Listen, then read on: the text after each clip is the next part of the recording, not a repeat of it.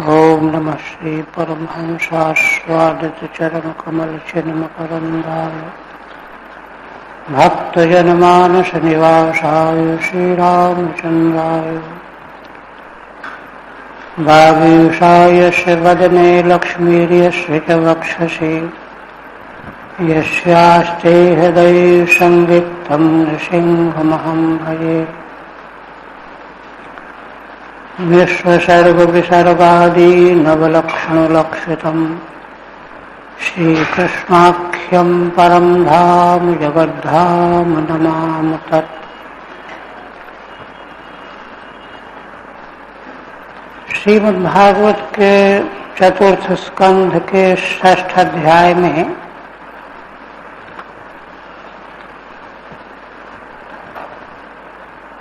पूर्व प्रसंग के अनुसार सभी देवता, प्रजापतिगण, ऋषि, महर्षि ब्रह्मा जी के साथ चल करके भगवान शिव के धाम कैलाश पहुंच गए और वहां दिव्य सात्विक वातावरण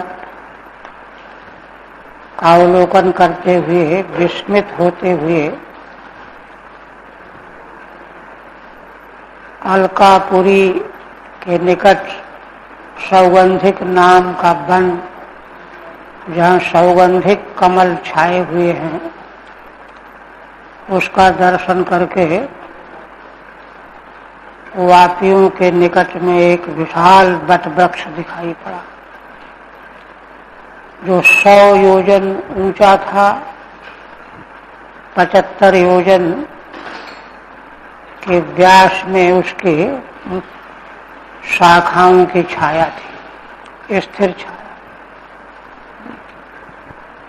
वहीं पर भगवान शिव का उनको दर्शन हुआ। तस्मिन् महायोगमये मुमुक्षुहरणेषुराः ददृशुः शिवमासीनं त्यक्तामर्षमिवान्तकम्। उस महायोगमय वट वृक्ष के निकट जो मुमुक्षुओं का शरण है, देवताओं ने भगवान शिव को विराजमान देखा। आसीनम शिवम ददृशुः। भगवान शिव का कैसा दर्शन हुआ? त्यक्तामर्षमिवान्तकम्।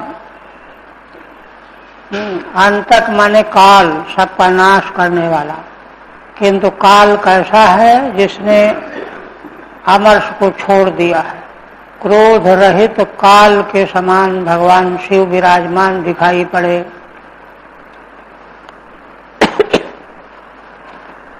मुमुक्षुणाम शरणे आश्रय। मुमुक्षुओं के शरण आश्रय में वट वृक्ष जो है मुमुक्षुओं का शरण है, आश्रय है। वहीं पर भगवान शिव का दर्शन किया। त्यक्तामर्षो योऽन्तकस्तत्तुल्यम्। अमर्ष क्रोध को त्याग करके जो मृत्यु देवता हैं, काल देवता हैं, यमराज, उनके समान तत्तुल्यम। और आगे कहते हैं सनंदनाद्यैर्महासिद्धैः शान्तैः संशान्त विग्रहम् उपास्यमानं सख्या च भर्ता गुह्यकरक्षसाम्। कथम भूतम शिवम आसीनम ददृशुः। भगवान शिव किस प्रकार के दर्शन दे रहे हैं? सनंदनाद्यै महासिद्धैः। सनंदन आदि महासिद्ध शांत स्वरूप है जिनका, और तैः उपास्यमानम। सनक सनंदन आदि महासिद्ध शांत ऋषियों के द्वारा जिन भगवान की उपासना हो रही है और गुह्यक रक्षसाम भारता सख्या च उपास्यमानम, दोनों के साथ में उपास्यमानम का अन्वय है। गुह्यक और राक्षसों के स्वामी भगवान कुबेर, जो भगवान शिव के सखा कल्प हैं, उनके द्वारा भी भगवान की उपासना हो रही है। ऐसे भगवान शिव का दर्शन किया। टीका तम विष्णष्टि, कैसे भगवान शिव का दर्शन देवताओं को हुआ विशेषता बता रहे। सनंदनाद्यैरिति पंचभि, 5 श्लोकों से भगवान शिव का वर्णन कर रहे हैं। सख्या कुबेरेण उपास्यमानम, शांत स्वरूप वाले सनंदन आदिकों के द्वारा उपास्यमान और कुबेर के द्वारा उपास्यमान। विद्या तपो योग पथमास्थितम तमधीश्वरम चरंतम विश्वसहृदम वात्सल्यालोक मंगलम। श्री मैत्रेय जी वर्णन करते हैं कि भगवान शिव कैसे हैं जिनको दर्शन किया जिनका। विद्या तपो योग पथमास्थितम, विद्या तप योग इन मार्ग का जिन्होंने आश्रय ले रखा है। विद्या तप और योग मार्ग पर स्थित है। पुनः कथम भूतम अधीश्वरम, विश्व ब्रह्मांड के अधीश्वर हैं। तो विश्व ब्रह्मांड के अधीश्वर होकर के विद्या तप योग का आश्रय क्यों लेते हैं? तो कहते हैं चरंतम विश्व सुहृदम, सारे विश्व के भगवान शिव हितैषी हैं, सुहृद हैं। और विश्व का कल्याण करने के लिए जब स्वयं विद्या तप और योग मार्ग पकड़े रहेंगे तब संसार का कल्याण होगा। इसलिए विश्व के सुहृद हैं, अतः विद्या तप और योग मार्ग पर चलने वाले हैं। और कहते हैं वात्सल्यालोक मंगलम, संसार के प्रति भगवान शिव के हृदय में वात्सल्य भाव है, स्नेहिल, लोक का मंगल करना चाहते हैं। तो लोक का मंगल करना चाहते हैं तो उसके लिए है ना, जिस मार्ग पर चलने से लोक का कल्याण होगा, मंगल होगा, उसका स्वयं आश्रय लेना पड़ेगा।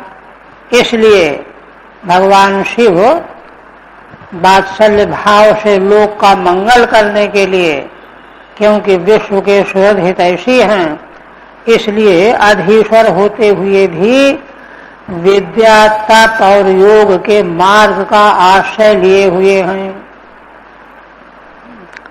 ऐसा नहीं कि हम तो अधीश्वर हैं, हमको क्या करना है। ये देखिए महान आदर्श भगवान शिव का। टीका विद्या उपासना, वो स्वयं उपासना करते हैं। कहते हैं ना कि जो है 88,000 वर्ष की समाधि लगा के बैठ जाते हैं भगवान शिव।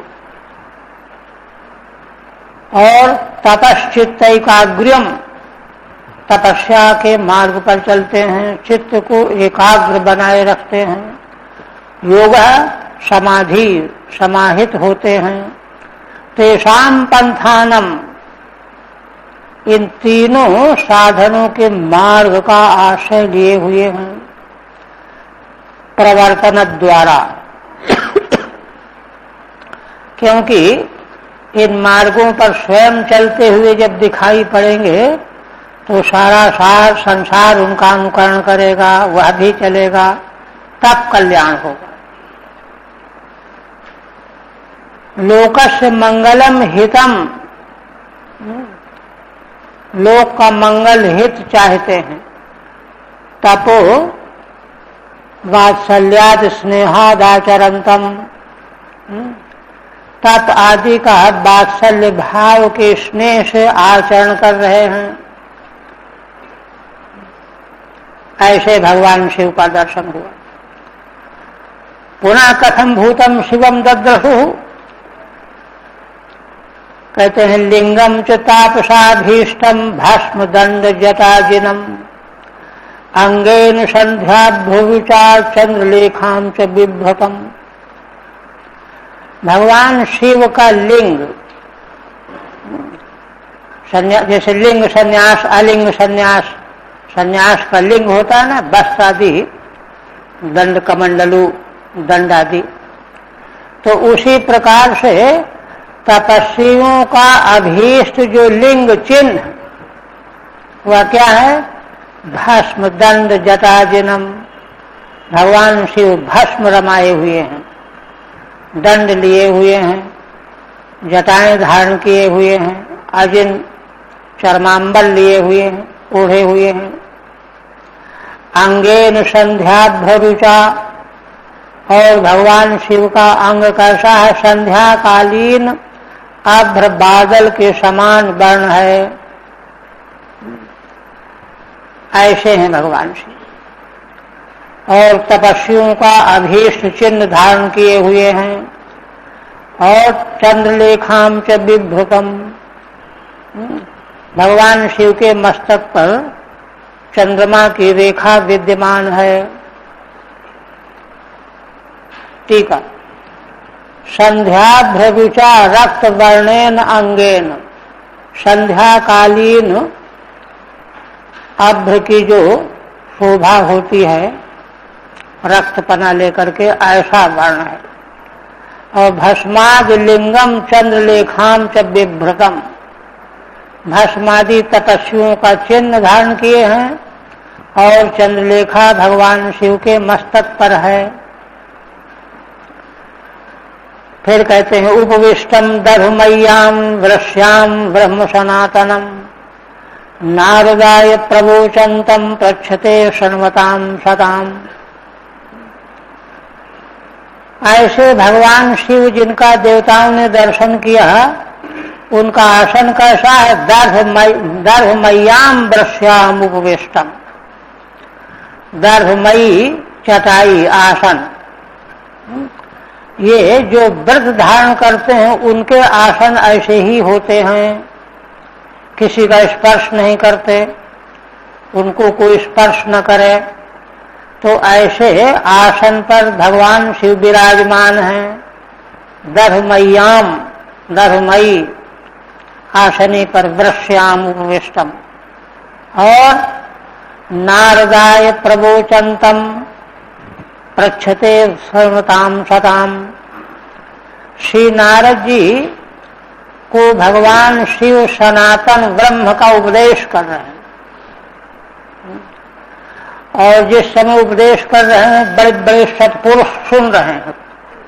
सदाम शृण्वताम, अधिकारी पात्र ऋषि महर्षि बैठे सुन रहे हैं और नारद जी के प्रश्न करने पर सनातन ब्रह्म का भगवान शिव उपदेश कर रहे हैं।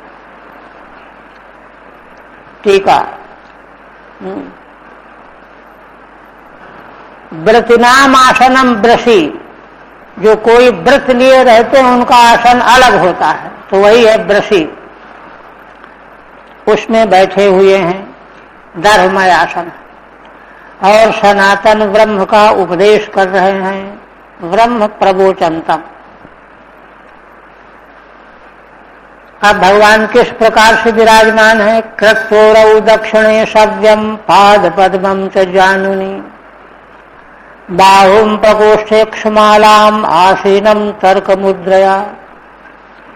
भगवान शिव दक्षिणे उरौ सव्यम पाद पद्मम कृत्वा, भगवान दक्षिण उरु में बायां चरण रखे हुए हैं और जानुनि बाहुम, और बाएं घुटने में बाईं भुजा रखे हुए हैं, बाहुम प्रकोष्ठे अक्षमालाम, और दाहिने हाथ के प्रकोष्ठ में रुद्राक्ष की माला धारण किए हुए हैं, और भगवान के मुट्ठी में तर्क की मुद्रा है, आसीनम तर्क मुद्रया। तर्क मुद्रा का परिचय श्रीधर स्वामी देंगे।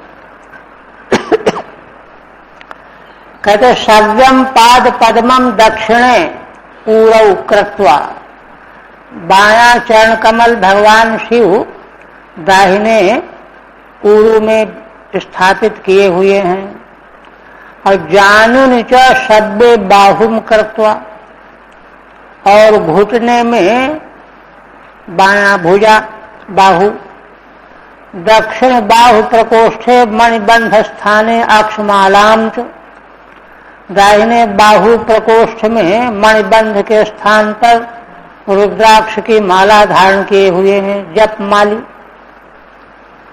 और दक्षिण हस्त कृतया तर्क मुद्रया, और दक्षिण हाथ में भगवान तर्क मुद्रा धारण किए हुए। तर्क मुद्रोपलक्षितम आसीनम इत्यर्थः। तर्क मुद्रा से उपलक्षित भगवान विराजमान हैं। अब यह आसन कौन सा है, ये मुद्रा क्या है? तो आसन और मुद्रा का दूसरे शास्त्र के प्रमाण से परिचय दे रहे हैं। तदुक्तम योग शास्त्रे, योग शास्त्र में यह बात कही गई है।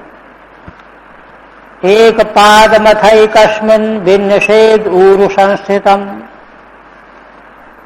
जब एक चरण को दूसरे चरण के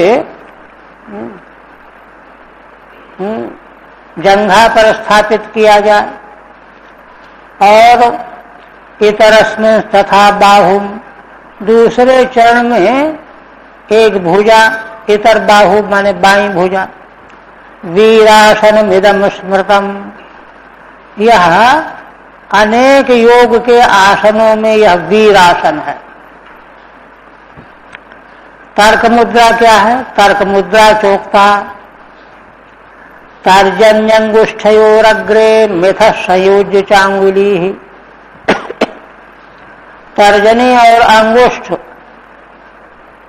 के अग्रभाग में यों करके अपनी शेष 4 उंगलियों को, 3 ही बल्कि रह गई, इकट्ठा कर लेना। प्रसाद बंधनम प्राहुस्तर्क मुद्रेति मांत्रिका, इस फैले हुए बंधन को तर्क मुद्रा, मांत्रिक लोग इसी को तर्क मुद्रा कहते हैं। तर्क मुद्रा अथवा ज्ञान मुद्रा। तो इसी मुद्रा में, वीरासन में, तर्क मुद्रा में भगवान शिव विराजमान हैं। आप कहते हैं तम ब्रह्म निर्वाण समाधिमाश्रितम विपाश्रितम गिरिशम योग कक्षाम सलोकपाला मुनयो मनुना माद्यम मनुम प्रांजलय प्रणेमुहु। वे भगवान शिव जो ब्रह्म निर्वाण माने ब्रह्मानंद में स्थित जो समाधि माने ब्रह्मानंद में एकाग्र भगवान शिव विराजमान, विपाश्रितम गिरिशम योग कक्षाम, और यह ब्रह्मानंद की समाधि का आसन योग की अंतिम कक्षा है, अथवा योग कक्षा एक काष्ठ खंड होता है, तो उसमें एक अंग जो है स्थापित रखते हैं। तो योग कक्षा का आश्रय लिए हुए हैं, काष्ठ खंड होता है। सलोकपाला मुनयो मनुना माद्यम मनुम प्रांजलय प्रणेमुहु। ऐसे भगवान शिव को जो ब्रह्मानंद की समाधि में तो स्थित हैं और योग कक्षा का आश्रय लिए हुए हैं, सारे लोकपाल ब्रह्मा जी के साथ जो गए थे, मुनि उन सबों ने मनुना माध्यम मनु, भगवान शिव सभी मनुओं में आदि मनु हैं। मनु माने मननशील, विचारशील। उनको हाथ जोड़ करके सभी लोकपाल ऋषियों मुनियों ने प्रणाम किया। ठीक है। ब्रह्म निर्वाणम ब्रह्मानंद, ब्रह्म में निर्वाण माने शांति, तो ब्रह्म में शांति जो मिलती वही ब्रह्मानंद है। तत्र समाधि ऐकाग्र्यम तमाश्रितम, उसी ब्रह्मानंद में एकाग्र होकर के समाधिस्थ हैं। योग कक्षाम योग पट्टम, योग पट्ट होता काष्ठ का, चाहे वाम जानु दृढ़ीकरणार्थम, बाएं जानु को स्थिरता से टिकाने के लिए विशेषण उपाश्रितवंतम, उसको टिकाए हुए, समाधि में शरीर शिथिल न हो जाए। मननशीला मनवह, मनु ना माध्यम कहा है ना, तो मनु का अर्थ करते हैं मननशीला मनवह, जो मननशील होते हैं वे मनु कहलाते हैं। तेषा माध्यम, उनमें आदि मुख्य मननशील भगवान शिव को सभी लोकपालों ने मुनियों ने प्रणाम किया। शतुपलभ्यागतमात्मयोनिम सुरासुरेशै अभिबंधितांघ्रि, उत्थाय चक्रे शीर्षाभिवंदनम अर्हत्तमः कस्य यथैव विष्णु। तो लोकपालों और मुनियों ने तो भगवान शिव को प्रणाम किया। ब्रह्मा जी के तो साथ ही आए थे, उनको तो प्रणाम करके आए ही थे। अब यहां पर भगवान शिव ने देखा आत्मयोनिम ब्रह्मांडम, आत्मयोनि ब्रह्मा जी, उनको जब देखा कि ब्रह्मा जी आए हुए हैं तो स्वयं तो ऐसे हैं सुरासुरेशै अभिबंधितांघ्रि, देवता असुर सभी के द्वारा जिनके चरणों की वंदना की जाती है, स्वयं इतने वंदनीय हैं।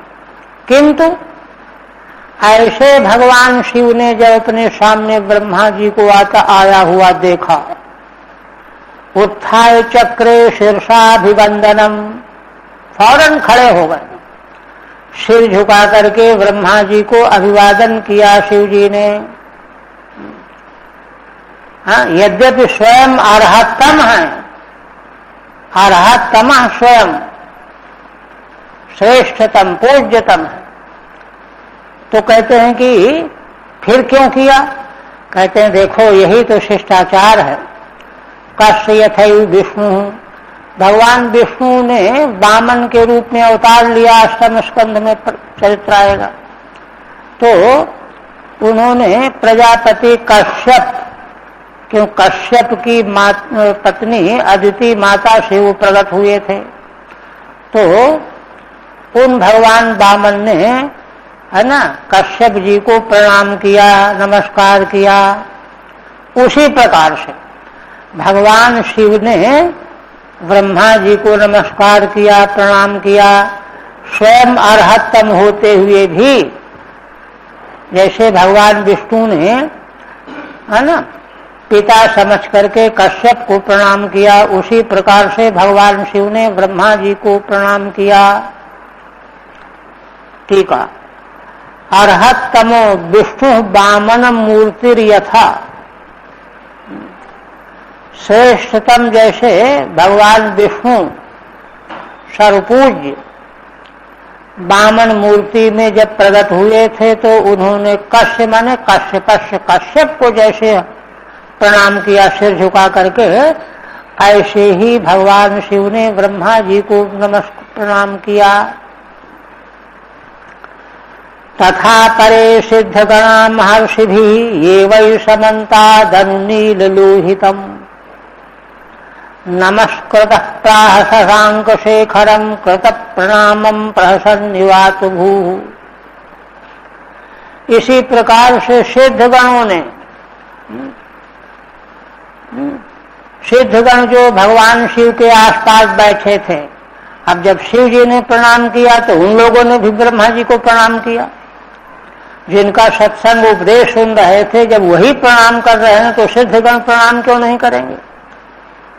मार्षभिर्ये वै समन्ता धनुलो नील लोहितम, कहते हैं कि जितने भी महर्षियों के सहित सारे सिद्धगण जो नील लोहित भगवान शिव के चारों ओर विराजमान थे, उनकी उपासना कर रहे थे, सत्संग सुन रहे थे, वे सभी उठ करके ब्रह्मा जी को प्रणाम करने लगे। इस तरह से ब्रह्मा जी को जब सबने प्रणाम कर लिया, शिव जी के अनंतर सभी ने किया, तो नमस्कृत प्राण शशांक शेखरम, तो सभी के द्वारा नमस्कृत हो जाने के बाद अब शशांक चंद्रमा जिनके शिखर में है, ऐसे भगवान शिव ने जिन्होंने प्रणाम किया है, अभी अभी कृत प्रणामम प्रसन्निवात भू, जो अभी अभी ब्रह्मा जी को प्रणाम कर ही रहे हैं, जिनके शेखर में शशांक चंद्रमा है, उनसे आत्भू ब्रह्मा प्रसन्निव प्राह, मुस्कुराते हुए कहने लगे, महर्षि भी सहिता ये नील लोहितम अनुवर्तन्ते, महर्षियों के सहित नील लोहित भगवान शिव का अनुवर्तन करने वाले जो सिद्ध वहां थे, उन्होंने भी उठ उठ करके ब्रह्मा जी को नमस्कार प्रणाम किया। तस्मै बंदनम चक्रुहु एवं सर्वैर नमस्कृतः, इस प्रकार से शिव जी के सहित सभी से नमस्कृत हुए, और तब नमस्कृत होने के बाद है ना, भगवान शिव से ब्रह्मा जी कहने लगे, कृत प्रणामो देवैर यस्मै तम,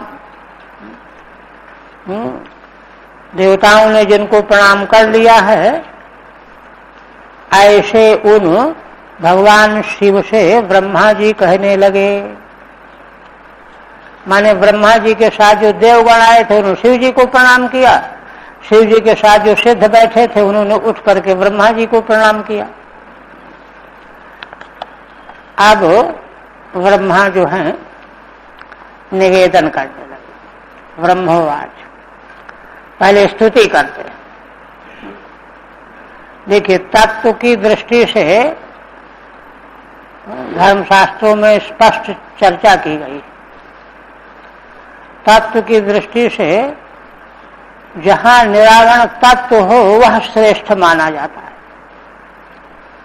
तो ब्रह्मा जी कहते हैं, इसीलिए ब्रह्मा जी स्तुति कर रहे हैं, जाने त्वामीशं विश्वस्य जगतो योनि बीजयोः शक्ते शिवस्य च परम यत्तद् ब्रह्म निरंतरम।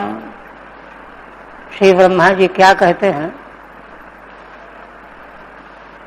कि हे भगवान, त्वाम ईशम जाने, मैं जानता हूं, दूसरे लोग नहीं जानते, तो इससे क्या हुआ कि आप ईश्वर हो। त्वाम ईशम अहम जाने, कैसे? विश्वस्य जगतः योनि बीजयोः, संसार जो कार्य है इसकी योनि कौन? प्रकृति, शक्ति, बीज कौन? पुरुष। प्रकृति और पुरुष ये योनि और बीज है किसके? विश्व के। समग्र संसार के योनि और बीज प्रकृति और पुरुष कारण है। इन्हीं दोनों का नाम है शक्ति और शिव।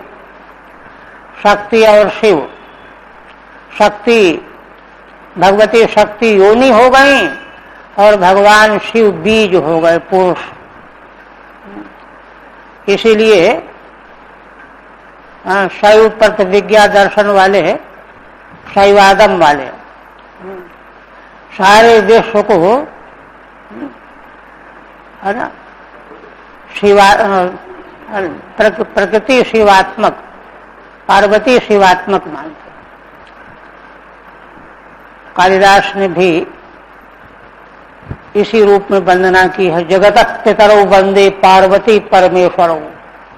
पार्वती भगवती प्रकृति महाप्रकृति, परमेश्वर भगवान शिव प्रकृति पुरुष, यही संसार के माता पिता, इनकी वंदना की। प्रतिविज्ञा दर्शन का अनुसरण करते हुए कालिदास कह रहे हैं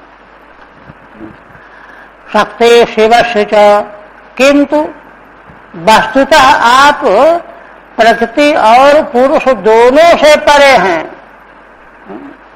परमार्थतः आप प्रकृति और पुरुष जो जगत के मूल कारण हैं, दोनों योनि और बीज, इन दोनों से आप परे हो। परम यत्तद् ब्रह्म निरंतरम, इन दोनों से परे जो निरंतर अंतर रहित परम ब्रह्म है, वह आप हो। मैं जानता हूं। ठीक है। यद्यपि तुम नीचवन माम नमस्करोषि, देखिए ब्रह्मा जी क्या कहते हैं, तुम छोटे की तरह से मुझको नमस्कार करते हो, अपने को छोटा नीच मान करके, तथापि तब ऐश्वर्य महम वेद, किंतु मैं तुम्हारे ऐश्वर्य को जानता हूं। जाने त्वाम विश्वस्य ईशम जाने, है ना। कपिल भगवान को माता देवहूति ने स्तुति और प्रणाम किया ना, उनके पुत्र थे। वैसे ही ब्रह्मा जी के पुत्र हैं भगवान शिव, तो ब्रह्मा जी प्रणाम कर रहे हैं, तत्व को प्रणाम कर रहे हैं। त्वाम विश्वस्य ईशम जाने, क्यों ऐसा क्यों कहते हो बढ़ा चढ़ा करके? कहते नहीं, तत्र हेतु जगतो योनिरिया शक्ति ही, है ना। समग्र जगत की योनि जो शक्ति है प्रकृति, बीजम च शिव, और बीज रूप में शिव है पुरुष। तयो कारणम, उन दोनों के कारण तो आप ही हो। तथापि निरंतरम निर्भेदम यद ब्रह्म, तो भी आप उनके कारण होते हुए निरंतर अंतर रहित, जिसमें दूसरी कोई वस्तु नहीं है, घन निर्भेदम यद ब्रह्म निर्विकारम तदेव त्वमिति जाने, वही तुम हो, ऐसा मैं जानता हूं। फिर कहते हैं त्वमेव भगवन्नेतत् शिव शक्तयो स्वरूपयो विश्वं सजसि पाश्यसि क्रीडन्नूर्णपतो यथा। कहते हैं कि हे भगवान, आप शिव शक्तयो स्वरूपयो सन्नपि, शिव माने पुरुष, शक्ति माने प्रकृति, है ना, ये आपके ही अंश हैं, है ना। माने उभय ये आपके ही अंश हैं, प्रकृति और पुरुष, और अंश रूप में प्रकट होकर के विश्वम सृजसि, संसार की आप रचना करते हो, पासी रक्षा करते हो, अच्छी प्रलय करते हो, तीनों काम करते हो। दृष्टांत दे रहे क्रीडन्नूर्ण पटो यथा, जैसे मकड़ी ऊर्णपट खेल खेलती हुई अपने ही भीतर से जाला निकाल करके तैयार करती है, क्रीड़ा करती है, फिर निगल लेती है। ऐसे आप परम तत्व हो, ईश्वर हो। टीका ननु विरुद्धम एतत्त्राह, कोई शंका करे कि ये तो उल्टी पुल्टी विरुद्ध बात कह रहे हैं आप, तब ब्रह्मा जी कहते हैं कि नहीं, त्वमेव स्वरूपयो अविभक्तयो शिव शक्त्यो, समान रूप वाले शिव और शक्ति अविभक्त हैं, इसीलिए भगवान अर्धनारीश्वर कहे जाते हैं। क्रीडन विश्व सृष्टियादि करोषु, शैव प्रतिविज्ञागम दर्शन वाले कहते हैं कि भगवती प्रकृति ने, पार्वती ने समग्र विश्व ब्रह्मांड का सौंदर्य रूप में विस्तार किया है भगवान को प्रसन्न करने के लिए, ऐसी उनकी मान्यता है। तथापि सीख सकते हो। क्रीडन विश्व सृष्टियादि करोषि, आप क्रीड़ा करते हुए विश्व की सृष्टि आदि से पालन और संहार करते हो। ऊर्णनाभिरिव, ऊर्णनाभि कीट मकड़ी जैसे होती है। स्वरूपयोरित पाठे स्वांशयो हो, कहते हैं कहीं स्वरूपयो है कहीं स्वरूपयो है, तो कहते हैं स्वरूपयो पाठ मानेंगे, स्वरूपयो अभी तक स्वरूपयो किया, स्वरूपयो पाठ मानेंगे तो उसका अर्थ हो जाएगा स्वांश, माने प्रकृति भी आपका ही अंश है और पुरुष भी आपका ही अंश है, स्वरूप अर्थ, स्वरूप पाठ मानने पर। और स्वरूप मानेंगे तो अभेद अर्थ है। अतो न विरोध है, इसलिए कोई विरोध नहीं है। अब आगे पहले भगवान शिव का जो पारमार्थिक स्वरूप है वह बताया, जिससे कि जो बात ब्रह्मा जी आगे कहने जा रहे हैं उसको गहराई से भगवान को ग्रहण करना पड़ेगा, नहीं तो कोई सामान्य बात कहने वाला हो तो उधर कोई ध्यान नहीं देता। इसलिए भगवान ब्रह्मा जो हैं समग्र तत्व का उल्लेख कर रहे हैं। आप कहते हैं त्वमेव धर्मार्थ दुघाभिपत्तये दक्षेण सूत्रेण ससर्जिथाध्वरम् तो त्वयैव लोके वसिताश्च शेतवो यान ब्राह्मणा श्रद्धते धृतव्रता। पुनः भगवान ब्रह्मा जी कहते हैं कि हे भगवान, आप ही धर्मार्थ दुघाभिपत्तये, धर्म और अर्थ का दोहन करने के लिए, धर्म और अर्थ का दोहन करने के लिए, देखिए ये शास्त्रीय रहस्य है ना। वेद का प्राकट्य किस लिए है? धर्म और अर्थ दोनों को उसी के द्वारा प्राप्त किया जाता है। इसीलिए वैदिक लोग अर्थ के लिए केवल शास्त्र का आश्रय लेते हैं, दूसरा कोई धंधा नहीं करते। धर्मार्थ दुघाभिपत्तये, अभिपत्तये, इसके लिए आपने क्या किया? दक्षिण सूत्रेण ससर्जिथाध्वरम्। दक्ष एक सूत्र है, माने कोई प्रचार प्रसार करना है तो उसकी तस्वीर बनानी पड़ेगी, फोटो बनानी पड़ेगी, कुछ तो करना पड़ेगा। तो दक्ष के द्वारा आपने ही वैदिक धर्म कर्म का प्रसार कराया है। जैसे श्रीमद् भगवद गीता के उपोद्घात भाष्य में भगवान शंकराचार्य कहते हैं कि संसार बना लेने के बाद नारायण भगवान ने इस संसार की रक्षा कैसे हो तो प्रवृत्ति निवृत्ति परग दोनों धर्मों को प्रकट किया। मरीचि आदिकों को प्रवृत्ति धर्म सौंप दिया, इसको संभालो, और सनकादिकों को निवृत्ति धर्म पकड़ा दिया, इसको तुम संभालो। उसी समय जब दोनों धर्म संभाल लिए गए, बढ़ चले आगे, सर्वत्र व्याप्त कर दिए गए, प्रभाव पड़ गया उनका, तब संसार की रक्षा हुई। उसी तरह से कह रहे हैं कि तुमने ही धर्म और अर्थ का दोहन के निमित्त दक्ष रूपी सूत्र के द्वारा अध्वर माने यज्ञ का सर्जन किया, ससर्जित रचा। तो यैव लोके वसिताश्च शेतवः। हे भगवान, आपने ही लोक संसार में, विश्व में शेतवः अवसिताः, सेतुओं को बांधा, स्थापित किया, निश्चित किया। सेतु माने धर्म के सेतु कहे जाते हैं। वैदिक मार्ग जो है धर्म का सेतु रूप है, उसका आश्रय लेकर के मनुष्य संसार समुद्र को पार कर सकता है। सेतु माने पुल होता है, पुल का आश्रय लिए बिना समुद्र में डूब जाएंगे, नदी में डूब जाएंगे। तो कहते हैं कि सेतु रूप में वैदिक मार्ग जो है इसको आपने निर्धारित किया है, व्यवस्थित किया है। उन्हीं को जिनको आपने स्थापित कर दिया कि इनको पकड़ो, इस तरह से चलो।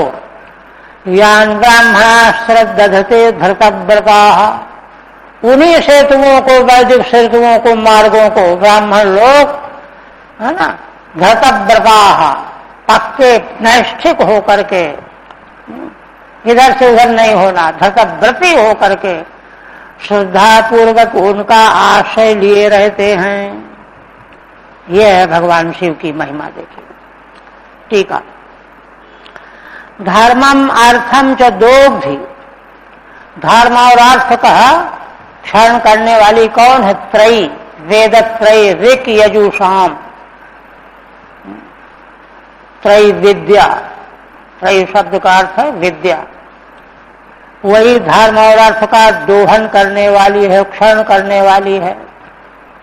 त्रयी, तस्या अभिपत्तये, उसको प्राप्त कराने के लिए। रक्षणाय, रक्षा करने के लिए। अध्वरम षष्ठवानसी, यज्ञ आपने रचा है। वैदिक मार्ग यज्ञ प्रधान है, इसलिए देखिए श्रीमद् भगवद गीता के 3 अध्याय में जहां भगवान ने कर्मयोग का प्राधान्यतया प्रतिपादन किया है, वहां यह कहा है कि यह समग्र वैदिक परंपरा यज्ञ रूप है। वहां कहा है ना कि यज्ञ करने से देवता प्रसन्न होंगे, वर्षा करेंगे, अन्न पैदा होगा, मनुष्य खुशहाल होंगे, फिर उनकी पूजा करेंगे। ऋणी हैं देवताओं के, 3 ऋण लेकर के आए हैं। तो और यह कह करके फिर कहा कि इसलिए जो यज्ञार्थ कर्म है वैदिक, उससे अन्य जो कर्म है वो बंधन कारक हैं। यज्ञार्थ से अन्य कर्म बंधन कारक हैं। जो वैदिक हमारे लिए कर्म निश्चित किए हुए हैं वे बंधन कारक नहीं है, उनको तो करना ही करना है। नहीं तो अर्जुन सोच रहे थे कि ज्ञान मार्ग में तो कुछ करना नहीं है, उसी को भगवान से आज्ञा लेकर के चल पड़ेंगे। तो कहा कि नहीं, तुम कर्मयोग के अधिकारी हो। तो कर्मयोग का रहस्य वहां स्पष्ट किया गया है। तो वही कह रहे हैं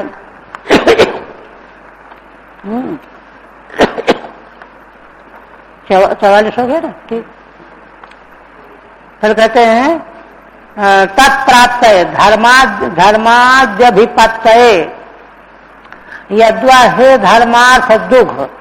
देखिए बदल रहे हैं आप व्याख्या, है ना। आप कहते हैं धर्म और अर्थ का दोहन करने वाले, धर्माद्यभिपत्तये तत्प्राप्तये, धर्म आदि की प्राप्ति के लिए आपने ही, भगवान शिव ने ही दक्षिण सूत्र निमित्तेन, दक्ष को तो निमित्त बना दिया कि भाई चलो यज्ञ करो, प्रचार किया, प्रचार के लिए। सेतवो वर्णाश्च, और सेतु, सेतु रूप क्या है? वर्ण और आश्रम।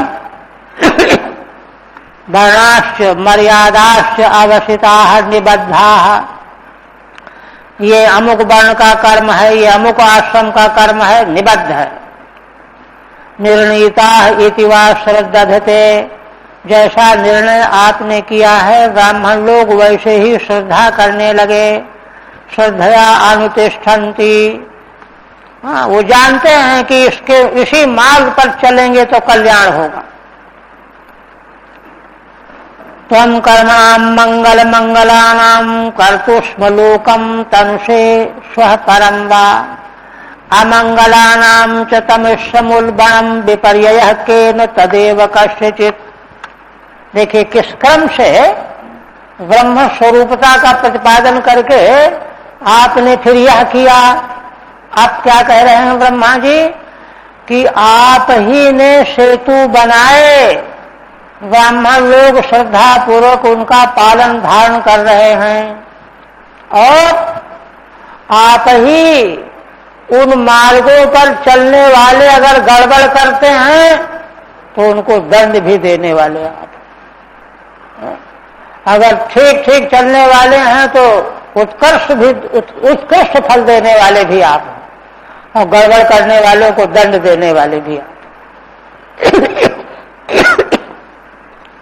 त्वं कर्मणाम मंगल मंगलानाम, हे भगवान, आप कर्मों का मंगल स्वरूप फल देने वाले, मंगलानाम कर्तुष्म लोकम तनुषेष परम वा, जो मंगलों का भी मंगल कर्मों का फल है, लोक की प्राप्ति, मोक्ष की प्राप्ति। कर्तुष्म लोकम तनुषेष परम वा, तो वह है ना, अपना लोक चाहे परलोक, उसको आप ही फल रूप में अर्पण करने वाले हो, नियंत्रण करने वाले भी हो। भगवान जिन नियमों को बनाने वाले हैं, उन नियमों को देख रेख भी रखते हैं कि हमारे बनाए नियम पर कौन गड़बड़ कर रहा है, उसको दंड दे देते हैं, चलता है उसको इनाम दे देते हैं। अमंगलानाम च तमिश्र मूलबणम, जो अमंगल हैं माने जो उपेक्षा करते हैं वेद मार्ग की, तो उनको उल्बणम तमिश्रम, उल्बण भयंकर तमिश नरक भेज देते हो, विपरीत फल दे देते हो। विपर्यय के न तदेव कस्यचित्, किंतु क्या कारण है कि यह जो फल की व्यवस्था है भगवान की बनाई हुई, आपकी बनाई हुई, यह बिल्कुल अकाट्य है, तय है, किंतु कभी कभी जो है यह उल्टा हो जाता है, गड़बड़ हो जाता है। ठीक है, सर्व कर्म फलदाता त्वमेवेत्याह, श्री ब्रह्मा जी कहते हैं कि हे भगवान, सारे कर्मों का फल देने वाले भी आप हो। हे मंगल, पहले वाला मंगल संबोधन, मंगलानाम शुभानाम कर्माणाम, जो वैदिक शुभ कर्म है, कर्तु स्वः स्वस्वर्गम, उन मंगलिक कर्मों का करने वाले जो कर्ता हैं उनको स्वर्ग दे देते हो, और उससे परे मोक्ष भी दे देते हो, परम मोक्षम वा तम से, है ना, बिल्कुल खुला है आपके यहाँ व्यवस्था। और अमंगला नाम अशुभा नाम कर्मणाम, जो अमंगल कर्म करने वाले, विपरीत कर्म करने वाले हैं, कर्तुष्ट तमिश्रम नरकम तनुषे, उनको नरक दे देते हो। तत्र केन हेतुना तदेव तस्मिन्नेव कस्यचित् विपर्ययो भवति। आप देखिए, चूंकि प्रकट में आना है ना, तो कहते हैं कि यह सब नियत है, लेकिन फिर पता नहीं क्या कारण है, किस हेतु से मंगल कर्म करने वाला भी गड़बड़ा जाता है और अमंगल कर्म करने वाला भी गड़बड़ा जाता है, यह पता नहीं चलता। विपर्ययो भवति, विपर्यय हो जाता, उलट फेर हो जाता। तो इसका उदाहरण दिया है कि जैसे देखो, आज आमिल को वैकुंठ धाम मिल गया, है ना, पाप कर्म कर रहा था, और ऐसे ही जो है किसी से बात बिगड़ जाए उसको पुण्य लोक मिल जाए। ऐसे दृष्टांत दिए जाते हैं। आप कहते हैं, अब प्रकट में आ रहे हैं, नवैषदाम तच्चरणार्पितात्मनाम भूतेषु सर्वेषु अभिपश्यताम तव भूतानि चात्मन्य पृथग् दक्षताम प्रायेण रोषोऽभिभवेद् यथा पशुम्। आप कहते हैं भगवान ब्रह्मा कि हे भगवान, है ना, उन लोगों को शताम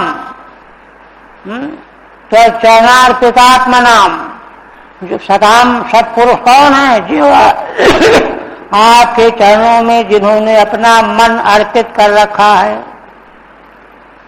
एक बात, वे सत्पुरुष जो आपके चरणों में अपना अंतःकरण अर्पण किए हुए हैं। और दूसरी बात, सर्वेषु भूतेषु तव अभिपश्यताम, संसार के कण कण में, जीव मात्र में आप परमेश्वर का दर्शन करने वाले हैं। भूतानि चात्मन्य पथग दृक्षताम, प्रायणरोषो भिभवेद्यथा पशुम।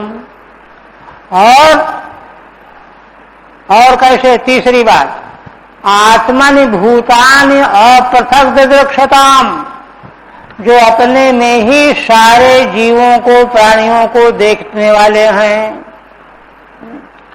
सारा संसार अपने में देखते हैं। ऐसे जो हैं, ऐसे सत्पुरुषों को प्रायण रोषो विभवेद यथा पशुम, ऐसे सत्पुरुषों को संसार के जीवों के क्रियाकलापों को देख करके रोष नहीं होता, क्रोध नहीं होता। ब्रह्मा जी कहने जा रहे हैं कि ऐसे जो आपके चरणों में अपना मन लगाए हुए हैं, सत्पुरुष हैं, सारे संसार में आपका जो दर्शन कर रहे हैं, और जो संसार के समग्र प्राणियों को अपनी आत्मा में अवलोकन करने वाले हैं, वे लोग, सत्पुरुष लोग, संसार के जीव कुछ गड़बड़ कर डाले हैं तो उनको क्रोध नहीं आता। ये तो पशुओं को आता है, बेवकूफों को, जिनमें कुछ नहीं है, ये कह रहे हैं। तो देखिए, कहना तो उनको ये है कि आपने क्रुद्ध होकर के दक्ष यज्ञ ध्वंस किया ना, वहां आना है। तो किस तरह से कह रहे हैं कि ये होता नहीं है? टीका, त्वत्कोपो अत्र हेतु इति असंभावितम। कहते हैं कि आपका कोप हेतु है, दक्ष मारा गया, यज्ञ ध्वस्त हुआ, यह तो संभव ही नहीं। ब्रह्मा जी कह रहे हैं। देखिए, अब ब्रह्मा जैसे ज्ञाता न हो तो भगवान शिव को कौन समझेगा? वस्तु स्थिति देखिए यही है, उनको कोप था ही नहीं। आगे उनके उत्तर से मालूम पड़ जाएगा। इसी बात को कर्मुतकर न्याय से सिद्ध करते हैं।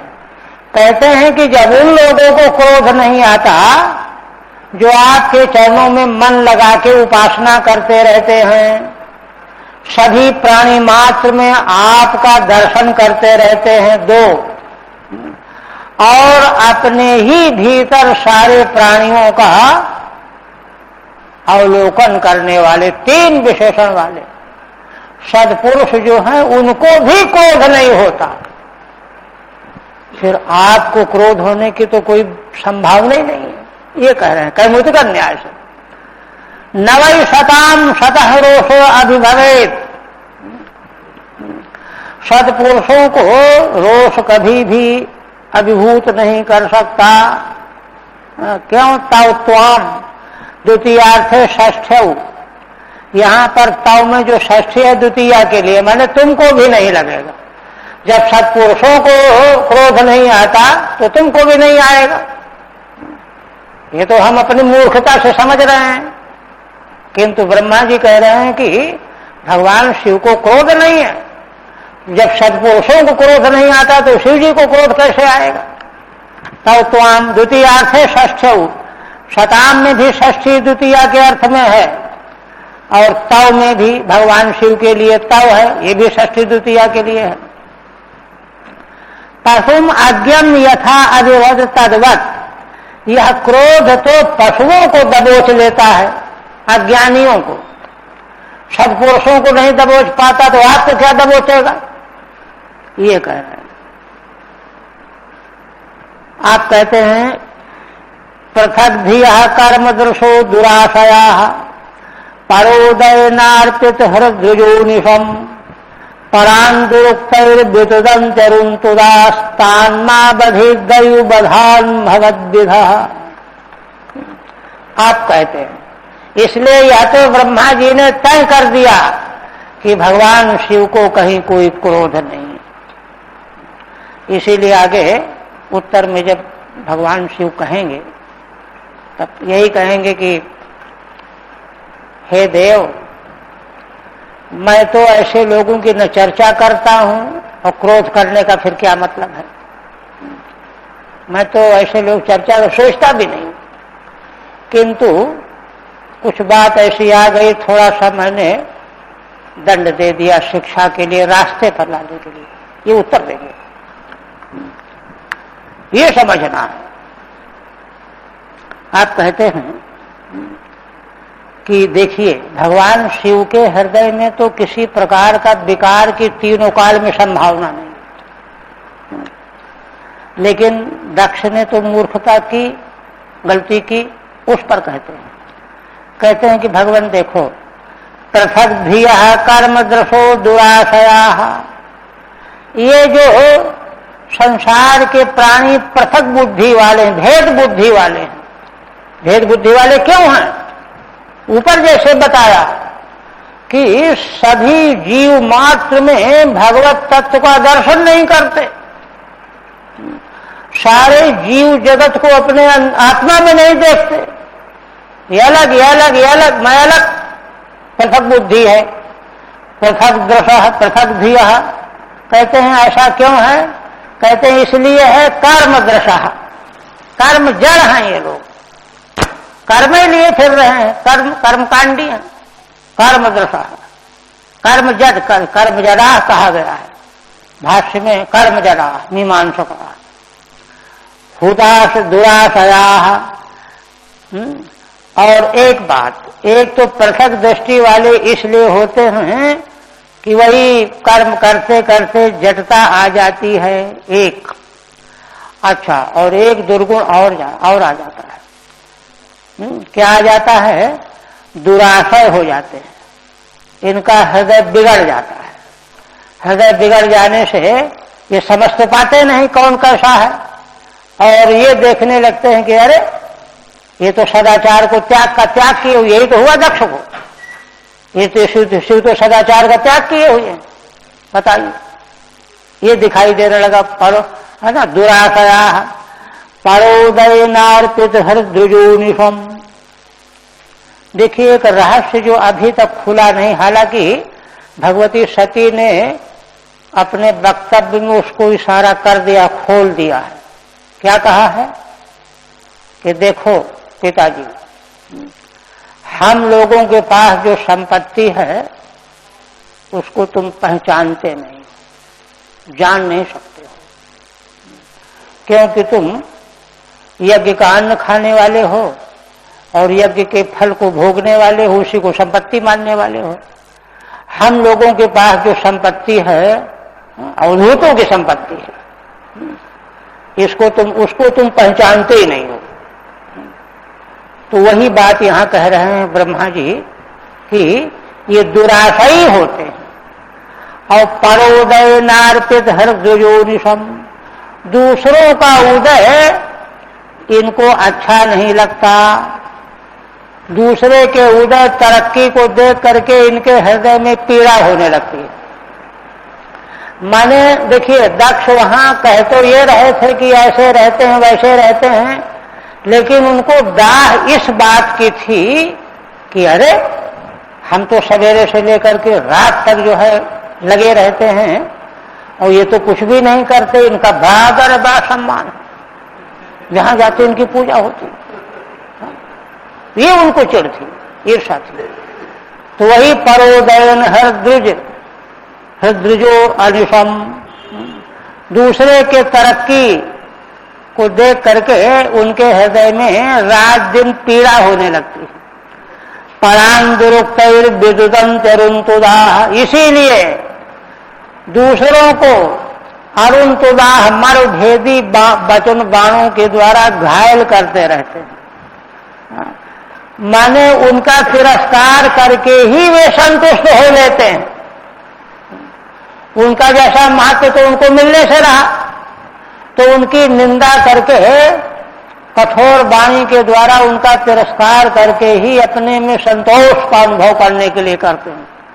अरुण तुदा तान्मा बधी दैव बधान भगवद्विधा, किंतु हे भगवान उनका भी आप वध न करें, प्रार्थना कर रहे हैं। क्यों ऐसे दुष्टों का वध क्यों न करें?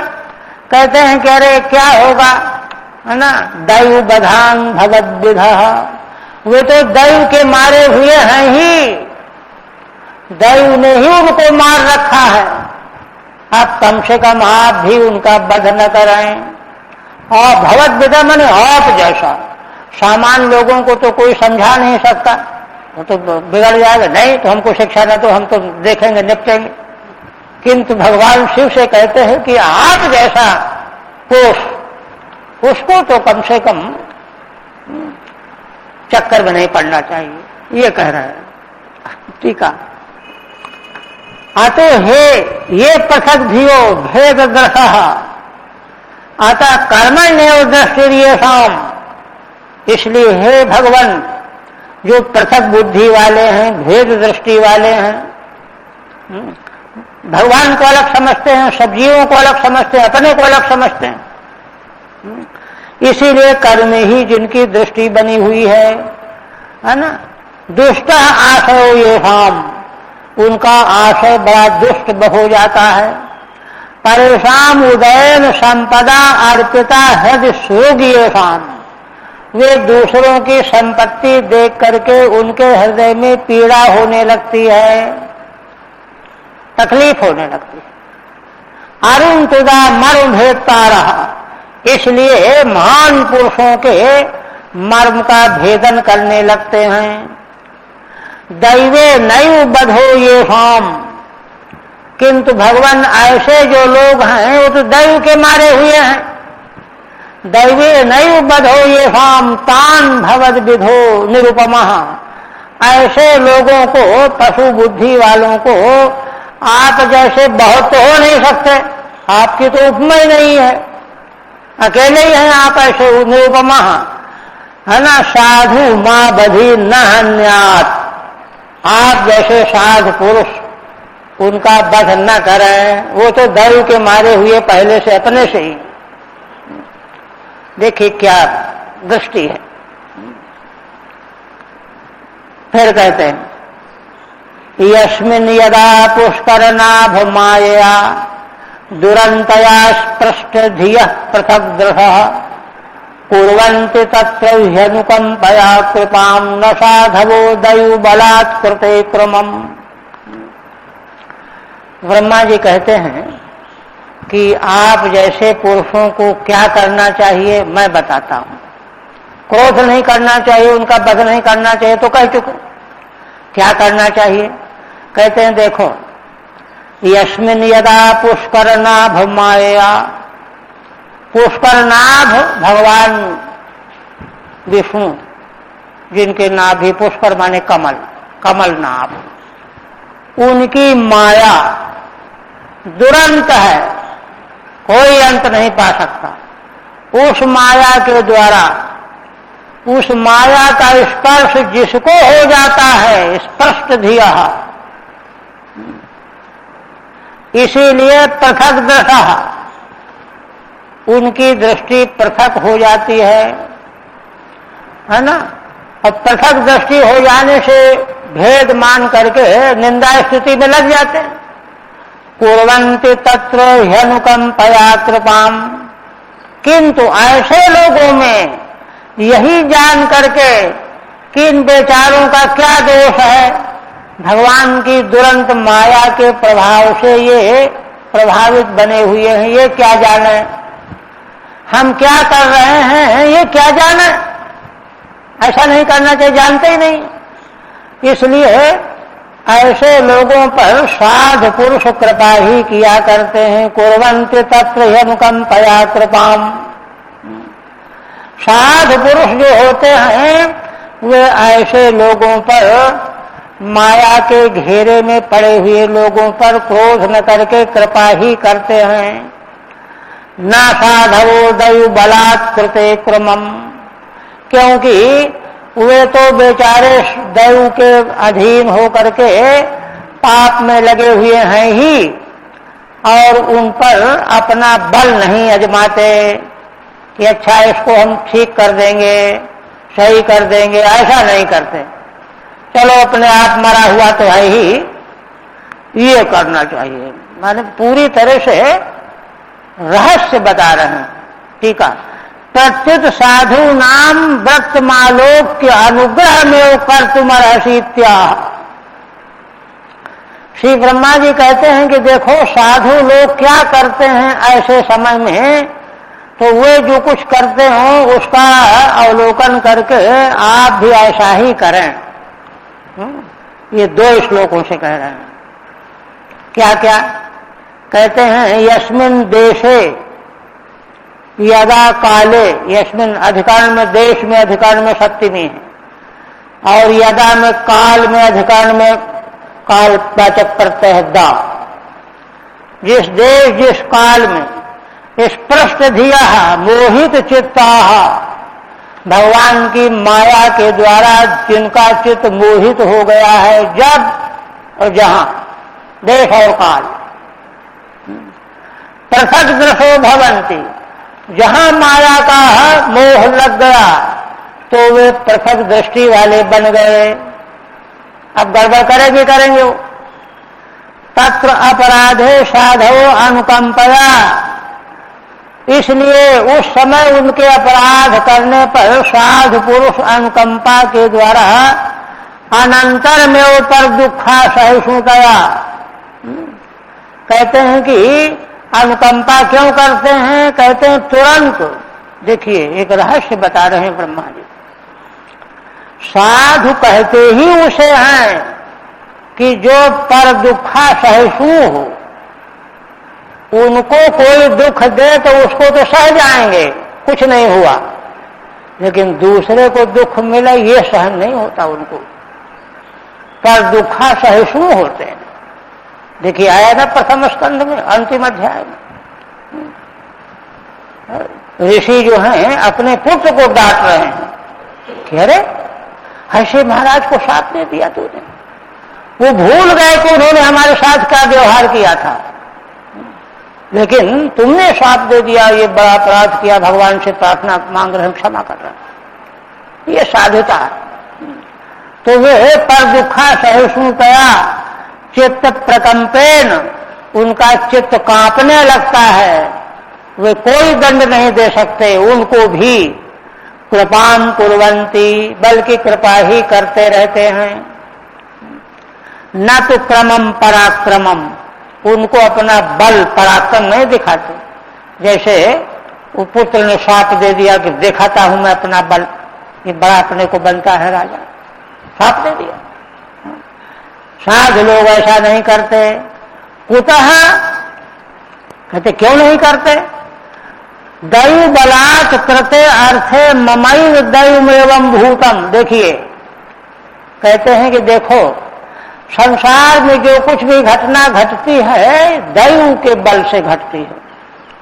तो अगर इसने बेचारे ने हमको कटुक्तियों से सेवा की है तो हमारा कोई अपराध रहा होगा कभी का, इसलिए इसने ऐसा किया है। वही कह रहे हैं दैव बलात् कृते अर्थे ममैव दैवमेवं भूतम, को मेरा ही प्रारब्ध ऐसा था, तब तो इसने तिरस्कार किया, गाली गलौज किया, अपमान किया, है ना। को अत्रापराधस्तु शाम, इन लोगों का क्या अपराध है? अब उसके लिए क्यों तुम तिल का ताड़ बना रहे हो? चुपचाप चलो जाओ, अपने काम में लग जाओ। ये दृष्टि उनकी होती ही थी। मत्वा तब हननम न कुर्वते इत्यर्थः, उस मूढ़ का हनन नहीं करते, वध नहीं करते। ब्रह्मा जी जब भूल दिखाएंगे तब तो भूल समझ में आएगी भगवान शिव की, लेकिन असल में भगवान शिव की भूल नहीं है, वो भगवती सती देवी के कारण जो है क्रोध आ गया उनको। भगवान भक्त का के प्रति किया गया अपराध सहन नहीं करते। बात तो ये है। और कहते हैं भवान सुपुंसः परमस्य माया दुरंतया स्पृष्टमति समस्त दृक् तया हतात्म स्वनुकर्म चेतः स्वनुग्रहम कर्तुमिहार्हसि प्रभो। देखिए एक एक प्रसंग जो है कितनी गहराई से चिंतन करने लायक हैं। इनको ऊपर ऊपर दौड़ते जाने से वह आनंद नहीं आता। क्या कहते हैं? कहते हैं कि देखो अपने और उनमें अंतर जानो।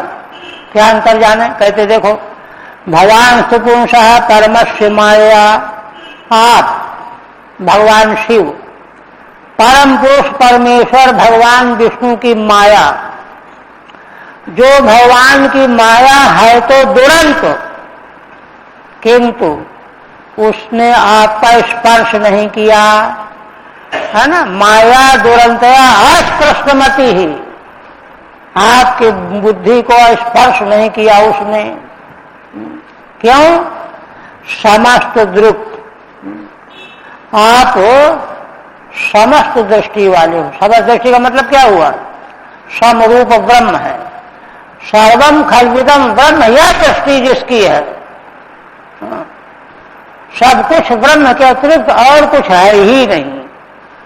उसमें माया का स्पर्श नहीं होता, प्रभाव नहीं पड़ता। आप तो ऐसे हो। तया हतात्मा स्वनुकर्म चेतः स्वनुग्रहम कर्तुमिहार्हसि प्रभो। किंतु उसी भगवान की माया, दुरंत माया के द्वारा दक्ष जैसे लोग जो हतात्मा हो गए हैं माया ने जिनकी आत्मा को मार डाला, हतात्मा हो गए हैं। हतात्मसु दक्षादिषु, है ना, अनुकर्म चेतः स्वनुग्रहम, उनके कर्म के प्रति आपको अपने चित्त में अनुग्रह ही करना चाहिए। अनुग्रहम कर्तुमिहार्हसि प्रभो, हे प्रभो आपको ऐसे लोगों के प्रति अनुग्रह करने योग्य ही हो। टीका भगवान तू अस्पृष्टमति ही, कहते हैं कि हे भगवान आप भगवान की माया से छुए नहीं गए हो, अस्पृष्टमति हो। अतो समस्त दृक् सर्वज्ञ, इसलिए सर्वत्र ब्रह्म दृष्टि आपकी बनी हुई है, सर्वज्ञ हो। तया माया हतः आत्मा येषाम्, किंतु भगवान की माया के द्वारा जिनका अंतःकरण हत हो गया है,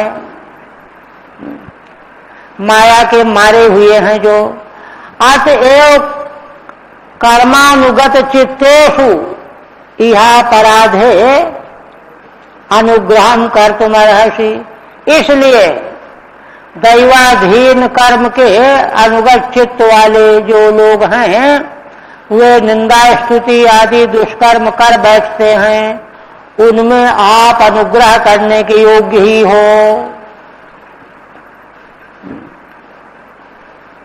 यहां तक कहने के बाद अब कहते हैं, अब देखिए, अब यहां देखिए ऐसा नहीं है कि भगवान शिव ब्रह्मा जी कोई बात कहें उसको अमान्य कर दें। ब्रह्मा जी भी अच्छी तरह जानते हैं कि जो कहेंगे वही करेंगे, किंतु महिमा का ख्यापन हम सब जीवों के लिए है, वस्तु को समझने के लिए। अब कह रहे हैं कि देखो अब आप जो हो गया सो तो हो ही गया, अब आपको ये करना है, ये करना है, ये करना है, ये करना है। क्या करना है? पूर्वध्वरस्योद्धरणम हतस्य भोस्त्वया समाप्तस्य मनो प्रजापते न यत्र भागम तौ भागिनो ददुः कुयज्जिनो येन मखो निनीयते। हे भगवान देखो, यह जो अध्वर यज्ञ जो नष्ट हो गया है और तुम्हारे द्वारा ही नष्ट करवाया गया है, वीरभद्र को भेज करके, अभी समाप्त हुआ नहीं था, वो नष्ट हो गया है ना। प्रजापते है, प्रजापति दक्ष का यज्ञ जो बीच में नष्ट हो गया है, कहते नष्ट आखिर कराया गया है तो कारण क्या है? नयत्र भागम तौ भागिनो ददुः, कारण मैं जानता हूं ये असल में कारण क्या है, आप रुद्र को जो यज्ञ का भाग देना चाहिए इन तत्त भागी देवताओं ने नहीं दिया। ये मूर्खता किया इन लोगों ने, इसलिए ये कुयज्वा तमोगुणी यज्ञ करने वाले हो गए, कुयज्ञ है ना। कुयज्ञनो येन मखो निनीयते, इसीलिए इसी कारण से यह मख आरुद्रक यज्ञ जो है कोई महत्व ही नहीं रखता है, कुछ नहीं है। ठीक है। एवं सामान्येन उक्त्वा प्रस्तुत माह, यह तो सामान्य पृष्ठभूमि का कथन था ब्रह्मा जी का। प्रस्तुत बात जिसको कहने के लिए आए हैं चल करके कहते हैं, 3 श्लोकों से कहने जा रहे हैं। त्वया हतस्य, जो यज्ञ आपके द्वारा नष्ट कर दिया गया है, आतेव असमाप्तस्य, क्योंकि समाप्त तो हुआ नहीं था। प्रजापति दक्षस्य अध्वरस्य, प्रजापति दक्ष का अध्वर जो यज्ञ है, हे मनु, मनु से संबोधन है। यत्राध्वरे कुयाज्ञिका भागिनोपि, और यह यज्ञ तो नष्ट होना ठीक ही था। क्यों? जिस यज्ञ में कुत्सित याज्ञिक हो, कुयाज्ञिक हो, मूढ़ याज्ञिक हो, भागिनोपि तो भागम न ददुहु, ये लोग जानते नहीं हैं कि भगवान रुद्र के भाग के बिना तो कोई यज्ञ हो ही नहीं सकता, नहीं दिया। भागा नरहत्व माहा, भाग का अनर्हत्व कर, ये न त्वया मखो निनीयते फलम प्राप्यते। भागार्हत्व है ना, हाँ भागार्हत्व ठीक है। कहते हैं कि देखो भगवान शिव का भाग तो यज्ञ में अनिवार्य है। क्यों? क्योंकि भगवान शिव ही फल देने वाले हैं। जो फल देने वाले उन्हीं को भाग न दिया जाए, कितनी बड़ी बेवकूफी है। पीछे कह चुके हैं ना ब्रह्मा जी कि आपने वेद मार्ग प्रचारित किया, सेतु बनाए, दक्ष के द्वारा उसको चलाया, हाँ, और आप ही सबको फल देने वाले हो, तो जब फल देने उन्हीं को भाग न दिया जाए, कितनी बड़ी मूर्खता है ये। हाँ, इसलिए ये न त्वया मखो निनीयते फलम प्राप्यते, उन्हीं आपको भाग नहीं दिया गया, इसलिए नष्ट हो गया, ठीक हो गया। किंतु हे भगवान, अब यज्ञ भी संपन्न होना है, आपको भाग भी मिलना ही है, और यज्ञ संपन्न बिना रुद्र को भाग मिले बिना होगा नहीं, और यज्ञ करने वाले सुरक्षित होंगे तब तो फिर से होगा। इसलिए जीवतात यजमानोयम, या यजमान दक्ष जीवित हो जाए, प्रपद्येता क्षुणी भगः, और भग की आंखें फोड़ दी गई हैं, उनको आंखें मिल जाए, देखने लगे।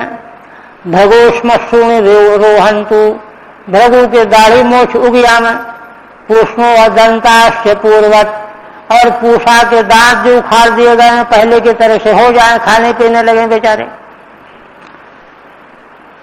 है ना। टीका नहीं है।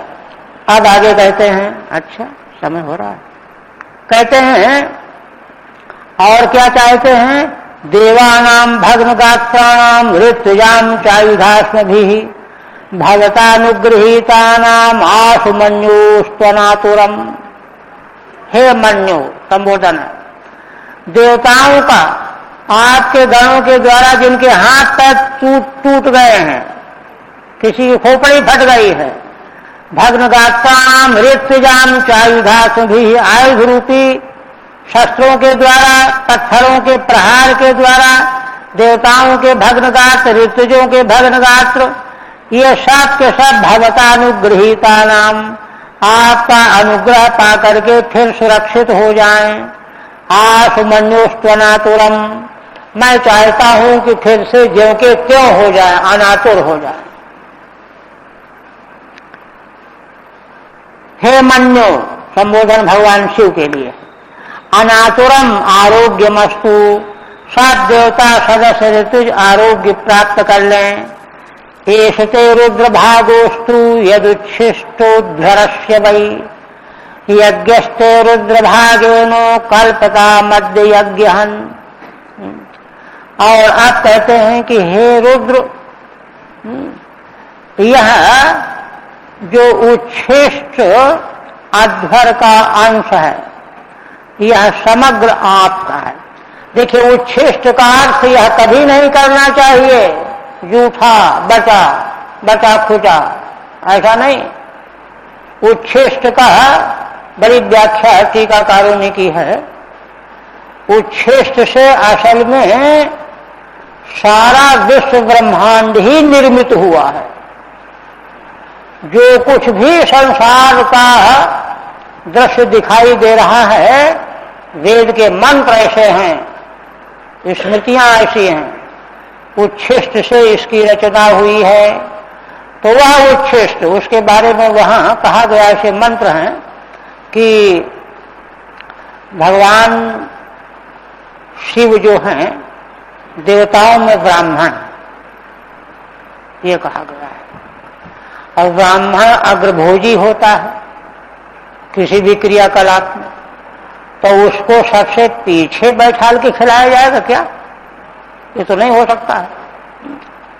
वहां असल में बात ये कही गई है कि यज्ञ जब कोई आरंभ किया जाए तो उसमें सारी सामग्री प्रभूत मात्रा में एकत्र की जाए।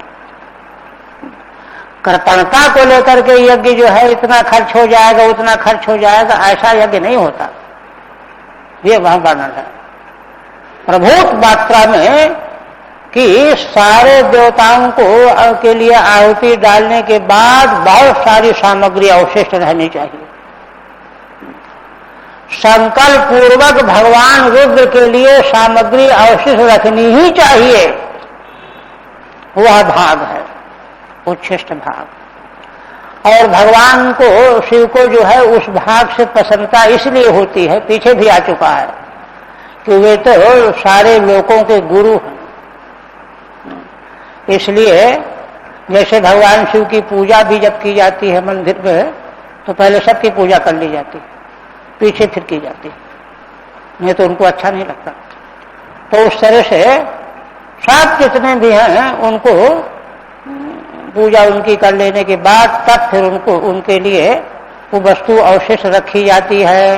ये है, इसलिए उसी को कह रहे हैं ये सते रुद्र भागोस्तु यदुच्छिष्टम छुष्टोध्वरस्य वै यज्ञस्ते रुद्र भागेनो कल्पता मध्य यज्ञहन्। तो इसलिए देखिए, कहते हैं यज्ञ में अब तक जो काम हुआ, लेकिन जो सामग्री बची हुई है वह तो भगवान रुद्र का हो गया। आप कहते हैं ब्रह्मा जी कि वही जो आपका भाग उच्छिष्ट बचा रह गया है, अब उसी से यज्ञ पूरा होगा, क्योंकि आपके प्रसाद से यज्ञ जीवित किया जाएगा, अन्यथा तो यज्ञ नष्ट हो चुका।